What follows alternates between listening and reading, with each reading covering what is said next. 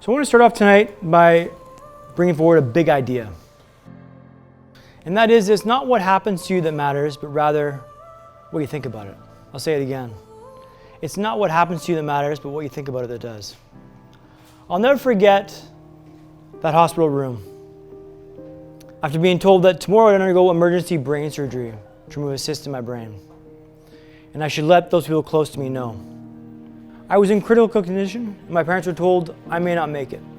Pretty devastating. I was pretty low after this, as all my progress was washed away. But it wasn't, was it?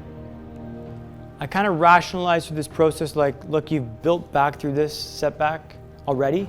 You know how to do it. So let's go. Without looking at me, just saying, I don't think you can talk again. And I got paired up with a Kiwi nurse, and she was a mean old gal, and she got me, she took me down to the park, and she would sit me in front of these people and be like, hey Dan, they don't think you can talk. I mustered up some courage and I said a few choice words towards them. So now I'm not comparing myself to Michael Jordan.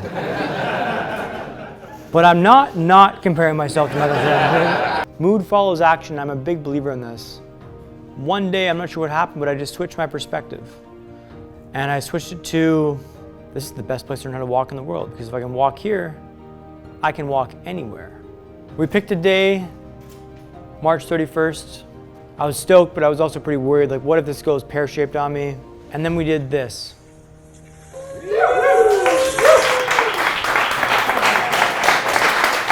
Probably the most controversial take on this presentation is going to be top right, Brussels sprouts. I hate them. I hate them, I hate them, I hate them, I hate them. I'm never going to have them again in my life. And I'm trying to live my life like the hero in my own story. What would the hero do? He finds out he's got a brain injury. He's flat on his back. He's got nothing going on.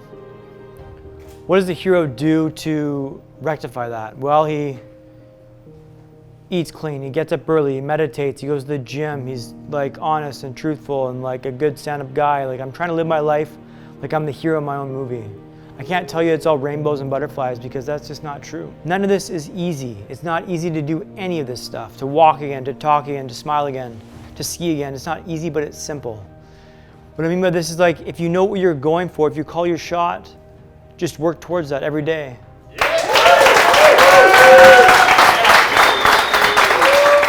There were takeaways for everyone.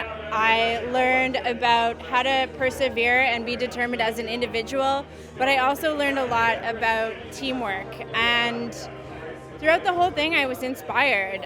There were moments where my breath was taken away, and there were moments that really made me reflect about my journey and the path that I'm on. So, is to change my mindset from woe is me to what can I learn from this, and go from that Michael Jordan mentality of finding the game within the game. It was actually really inspiring to hear his story start to finish, and really had me second guessing, kind of looking at some of the limits I have on myself. So it's very powerful speaking, just a remarkable person, and I'm going to apply some of the hacks that he brought up. Tell the people in the hospital he wants to ski again, and then to see him cutting those turns on the hill gave me goosebumps for sure. So overall, pretty fantastic stuff, and I look forward to seeing Dan excel in his new career, speaking and sharing his story. Thank you.